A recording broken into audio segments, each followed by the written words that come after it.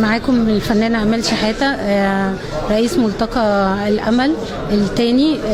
ده تاني معرض لينا بنقدمه بمجموعة كبيرة قوي من الفنانين المميزين. افتتحت المعرض دكتورة فينوس، بشكرها جدا على الحضور، بجد هي بتقف لينا داعم لينا ولكل الفنانين. يعني حتى يعني النقد الفني بيكون مفيد لكل فنان، بيسمع الكلام بيستفاد.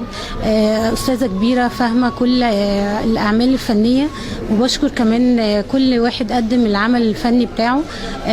الأعمال كلها مميزة، أكثر من 80 عمل، أعمال مختلفة، في الوان اكليريك، في شغل جلد، في شغل هاند ميد حلو جدا، في اشغال اطفال كتيره جدا مقدمه معايا.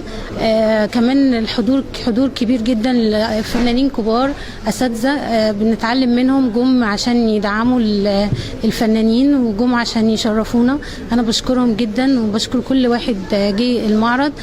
حقيقي المكان كان جميل والمعرض كان حلو ومميز، وقصر الثقافة بجد مكان محترم، مكان كويس.